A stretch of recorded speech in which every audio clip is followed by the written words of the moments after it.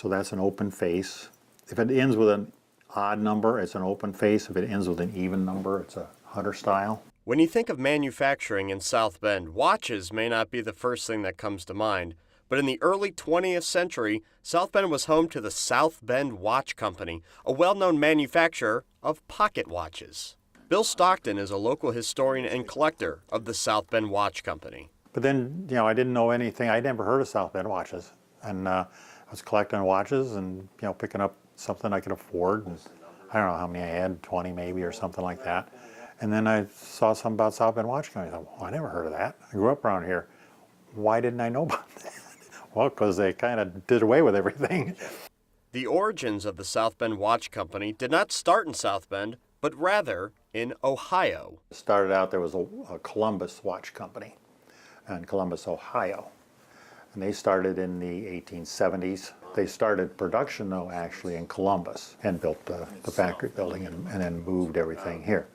Once the company was bought and moved to South Bend, the South Bend Watch Company began production of high-end men's and women's pocket watches in 1903. Yeah, they made 5 different sizes, 0, 6, 12, 8, 16, and 18 size watches. And so they all had different uses.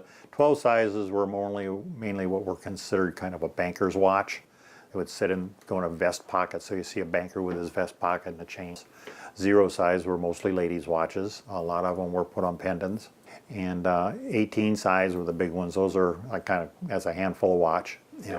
They're pretty cool to me. They're the heavy-duty farmer watcher. 16 size is the most plentiful. That was a good mix between the big 18 size and the 12, and that's probably what they made the most of, was 16 size, various grades. The Studebaker family was involved with the company and even lent their name to some watches. When collecting South Bend watches, there is a big difference between a Studebaker watch and the Studebaker watch. There's 2 levels. There's the Studebaker and just Studebaker. It is the Studebaker watch, so this is one of the early ones. I don't remember the exact year, but this was probably made around 1908. And they also lent their name to the company and let them put Studebaker on the watch movements. And they put the Studebaker, and didn't say Clement Studebaker, and just the Studebaker on there were the grades. And Studebaker, of course, had a huge reputation for quality. Putting their name on a product was quite an endorsement. The watch company faced some setbacks in the late teens and then in the 20s. Ultimately, the stock market crash of 1929 was the final nail in the coffin. They also, one of their biggest blunders is they never switched over to a wristwatch, which that's where the whole thing to me starts to fall apart. World War I, people were introduced to wristwatches, trench watches. And so you could carry a load of stuff and still see what time it was or whatever. You'd have to dig something out of your pocket to see the time. Blunders made is kind of like Studebaker Corporation. You read about they were having all kinds of financial problems, but they still paid dividends to the stockholders. Well, the watch company did the same thing. Thanksgiving Day of '29, they sent their workers home and said that they would open at the beginning of the year. That didn't happen. So I'm assuming they had some outstanding loans that got called. They couldn't borrow any more money, and they just saw the income and they just shut it up. The South Bend Watch Company was in business from 1903 till 1929, and in that 26-year run, they produced around 880,000 watches and provided an estimated $20 million in wages. So yeah, this one has jewels inset in the hands. I've seen that on maybe one other watch of any size of South Bend. It turns out Bill wasn't the only one who was unaware of the South Bend Watch Company. Once John Nunemaker found out about the history, he dove in head first. And he was like, well, South Bend had a watch company. And so I was like, no, I didn't know that. So I hopped on eBay, first time I'd used eBay in like 5 or 10 years, and searched South Bend Watch and saw a few that came up. He even turned his basement into a turn-of-the-century shrine to the South Bend Watch Company that he affectionately calls the Watch Cave. This one's also similar, but in silver. So I've tried to track those down a little bit by taking, popping the back and looking at it and stuff. As a hobby, John takes the old South Bend pocket watches and converts them into wearable wrist watches. He describes his simple process. Yeah, so a typical pocket watch is kind of like this, and it's basically all the backs. You either pry it off, there's a little tab that you can pop it, or you can just kind of twist it and it'll come off. And then once it's off, they just have 2 set screws in there. And those screws just hold it to a kind of inner ring inside there. So it's pop those 2 screws and then pull the stem, and the pocket watch, you literally have to be careful, it'll just fall right out. The idea of converting pocket watches into wristwatches is not a new idea. It is referred to as a marriage watch, and it was an existing South Bend marriage watch that got John hooked in the first place. My favorite is definitely the first one that I got, which is this one.